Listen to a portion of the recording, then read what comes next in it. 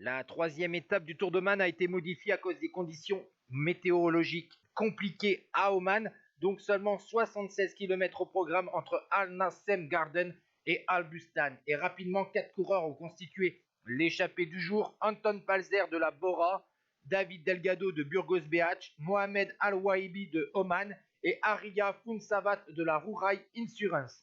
Mais derrière, comme vous avez vu, l'équipe UAE Team Emirates a rapidement pris les commandes du peloton pour ne pas laisser une avance trop importante aux hommes de tête, puisque Palzer est parti seul à 23 km du terme.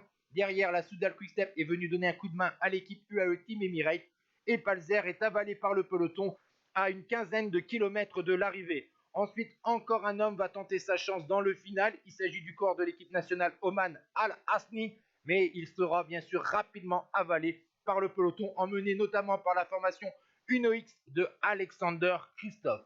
Mais ce final est difficile, enfin pas trop contrairement à hier, mais ça permet quand même à un coureur assez bon au punch de pouvoir s'imposer. Et c'est le cas puisque c'est le coureur français Paul Magnier, déjà vainqueur il y a une vingtaine de jours sur le Trofeo Cel Salines sur le Challenge de Majorque, qui s'impose facilement devant son équipier américain Luc Lamperti. Deuxième de la première étape, Brian Cocard termine cette fois-ci troisième.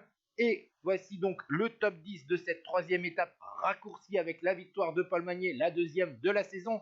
Et au classement général, Luc Lamperti prend les commandes grâce aux bonifications devant Finn Fisher Black et Diego Ulissi avant deux dernières étapes difficiles. Ciao tout le monde.